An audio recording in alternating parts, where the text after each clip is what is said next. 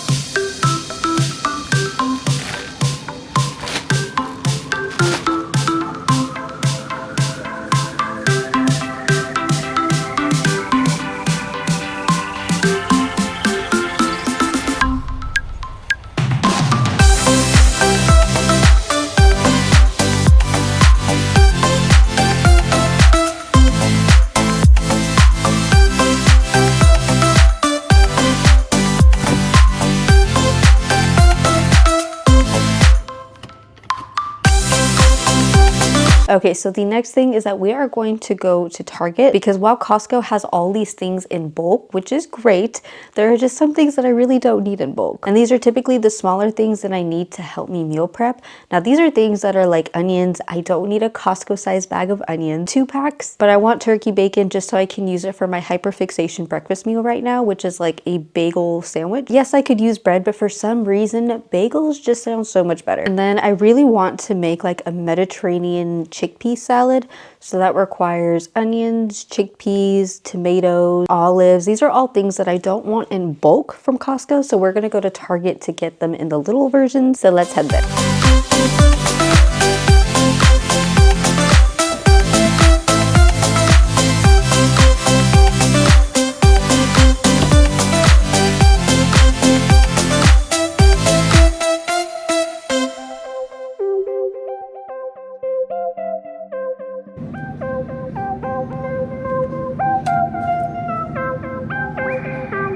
Turkey bacon. I know some Costco's have turkey bacon, but I don't want a 5-pack when I just need like 2 packs.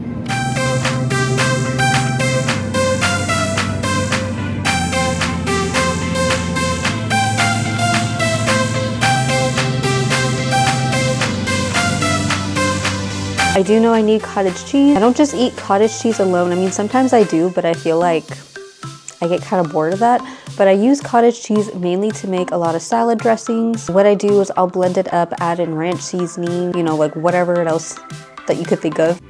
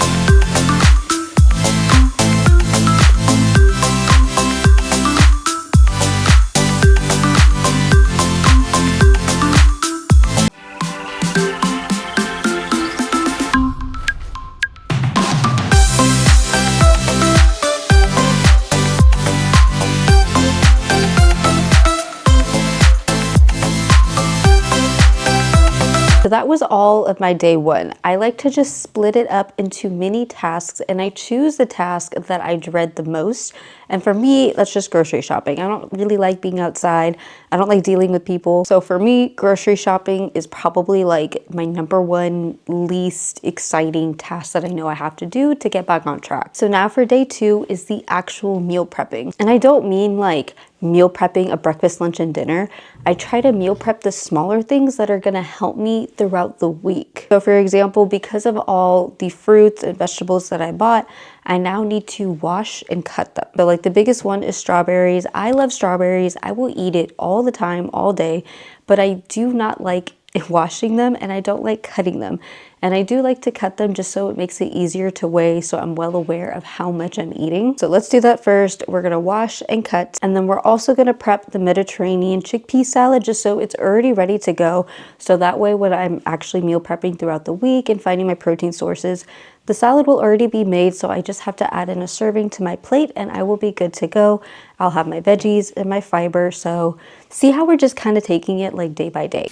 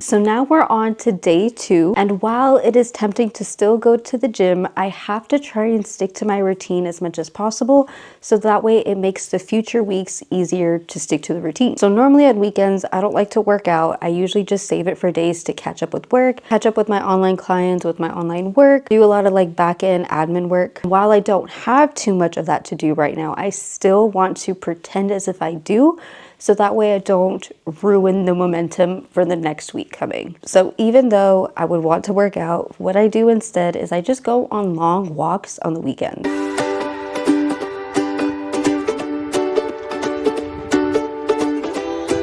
Especially on Sundays, because that's like the day where all of my favorite creators like to release their podcast. So there's like at least 3-4 episodes that I know I can listen to on my walk.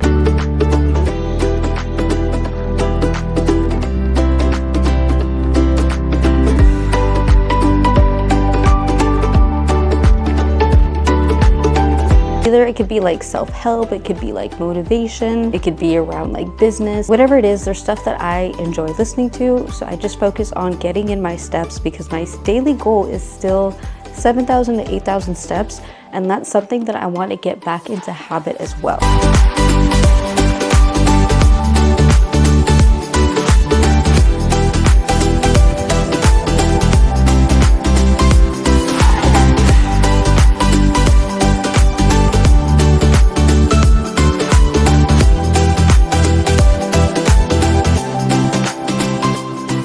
Okay, now we're on to day 3, where I can finally go back into my workout. Because I've been off caffeine for a while, because when I was sick, obviously I didn't care for caffeine. When I was on vacation in Disneyland, I really didn't care to get coffee. I'd rather have the sweets or the food. So I'm very much well off my caffeine intake. So luckily I have a caffeine-free pre-workout. It doesn't work as well in my opinion, but it gets the job going, because I already know that I'm not going to go that heavy in my sessions. You should never go into your sessions after time off thinking that you can just go back to the weight that you used to do. When I get that packed, get going. When packing my gym bag, I feel so like scatterbrained, because it's been a while, and when you've been off routine, it's easy to forget all the things you need. But I know priority first is that I need Clorox wipes, because I always want to wipe down the machines I use. Yoga blocks, because I use that for getting more depth when I use the hack squat. Headphones, always needed. Noise cancellation, so it helps me lock in.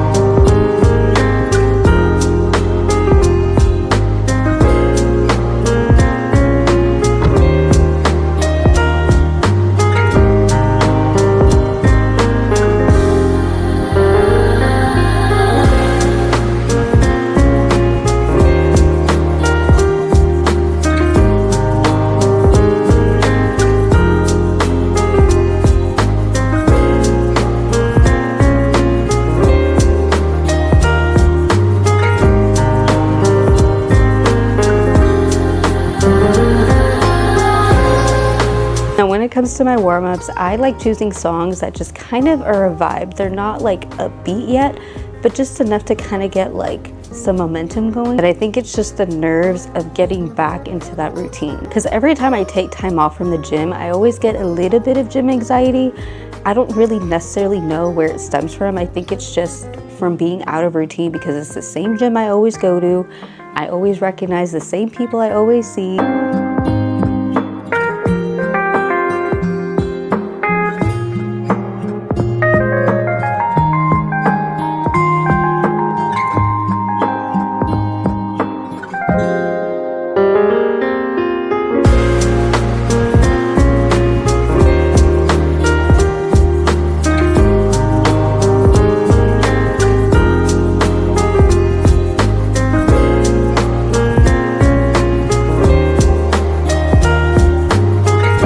Another important thing that I do want to mention is that when you do take time off and you go back into the gym, you better make sure you have a game plan when you go in. It's so easy to just walk in, do some random exercises, but if you don't have a clear goal, if you don't have a clear plan, it's going to make it really, really difficult for you to get back in with that same momentum you had before you took time off. This is why I always recommend having a coach or a personal trainer. I have a coach myself, so whenever I go in the gym, I just open up the app and I see exactly what it is I'm supposed to do. So the first exercises are RDLs. Now, before I got sick, I was able to do 225, but I know I can't just jump back into that. So we're gonna take it slow. We're gonna just warm up. That's also why you wanna keep doing the same movements, because that's how you get stronger and better at the movement over time. If you just do an RDL like 1 week and then the next week you don't, next week following after that you still don't, and then you get back into it, you're probably not going to progress. You're going to feel weak because you haven't given it enough time to progress. But once I do my set, I'm able to just open the app, enter in the number that I did, the number of reps, the number of sets. It was not that easy, but we pulled through.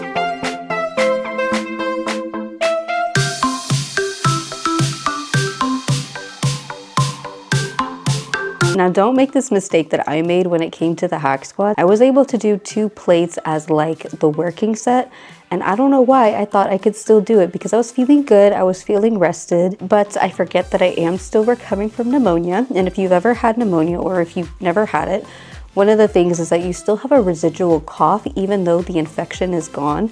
So that was something I was struggling with. When I tried to go a little bit heavier in intensity, I'd find myself needing to like stop, take a break because the lungs just aren't working at the full capacity it does. So I needed to cough. So that was my mistake for trying to go into full intensity mode that I tried to do before I got sick.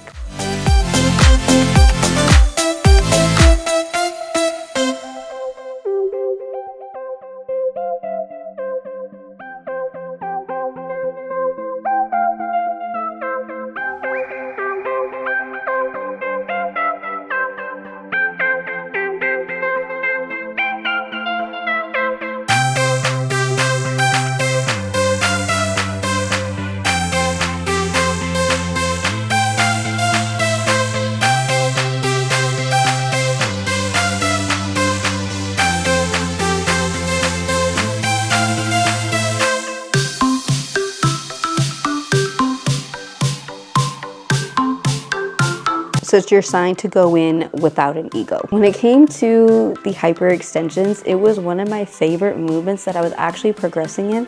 I was able to use as heavy as like 70-pound dumbbells. So when I tell you it was such an ego killer to have to go down to the 50s, and that was still hard for me, yeah, it sucks. It's one of those things where lifting doesn't get easier, you just get stronger, but on days that you feel weaker, you're very much reminded that you are still human. You are a woman who is still coping, recovering.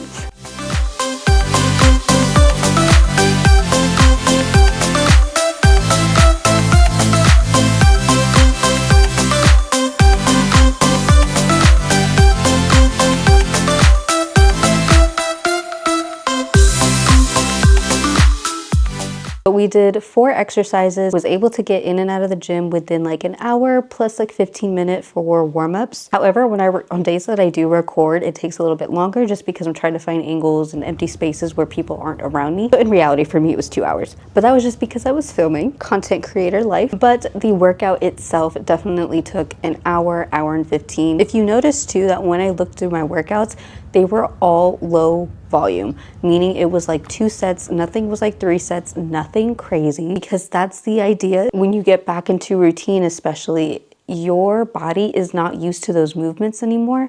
So if you go too hard, too quick, you'll find that you'll get burnt out. You are going to be so sore that you can't even walk. And when I tell you that I was insanely sore even after doing 2 sets of each exercise, that just shows how much my body was recovering and how much of, even though I wasn't going at full intensity, my body doesn't recognize that. It just recognizes like, whoa, we're doing some resistance training. Whoa, this is kind of hard. And that's really all you have to be focusing on. So it took 4 days ish to get back into a routine. And when I say that it's not easy, I get that, but that's why you have to break it down into smaller tasks. Had I done grocery shopping, meal prepping, and the gym, I would have been so tired. I would have ended up taking takeout because I would have no energy to actually do all the tasks that I know I need to do. But because I broke it up into separate days to do all these tasks, I felt a lot more prepared. When I came home from the gym, I didn't resort to takeout. I had all my meals, not necessarily prepped, but they were ready to be prepped. So that way I can make whatever it is I wanted and just add it on without adding in too much of my time. Because in the middle of all this too, I'm still working as a personal trainer at a gym. I still have my online coaching clients. Like, there are still other responsibilities that I need to do, and I could not imagine doing it all in day one. But I think the biggest piece of advice I have is that you just need to be kind to yourself. You are not going to be as strong as you were before you took this time off. You are not going to have as much energy. Yeah, you might have gotten some good sleep. You might have eaten a good amount of food, but like in the mind, you are still lacking somewhere in something. You're still out of your routine. And to expect yourself to go from 0 to 100 is a very unrealistic expectation that's going to set you up for failure. And I want you to remember that at the end of the day, 3 weeks, 2 weeks, 1 week, 1 month is not enough to erase years and weeks of your hard work. I was actually still surprised to see a lot of muscle definition, even though I know logically I'm not going to lose it all just from 3 weeks. But my paranoia was that because when I was sick, I didn't have an appetite. The medicine I was taking made me very nauseated. So I wasn't really eating enough, definitely hardly 50 grams of protein per day. So in my mind, I am thinking the absolute worst, that I have lost all my progress, but logically, it doesn't work like that. Just like eating a salad for a week will not make you lose 50 pounds. Eating bad for a week or 2 weeks or 3 weeks will not make you gain 50 pounds. Just take all your tasks day by day. Be very kind to yourself and just start with the small tasks that you know you're going to be able to do and build the momentum up from there. So hopefully you enjoyed this video. This is the first time I've ever done something that's like a mini vlog versus real time talking. Let me know how you like that style. And if you haven't already, make sure you subscribe, leave a like. It goes a long way for me as a creator to help me grow. And I will see you in the next video.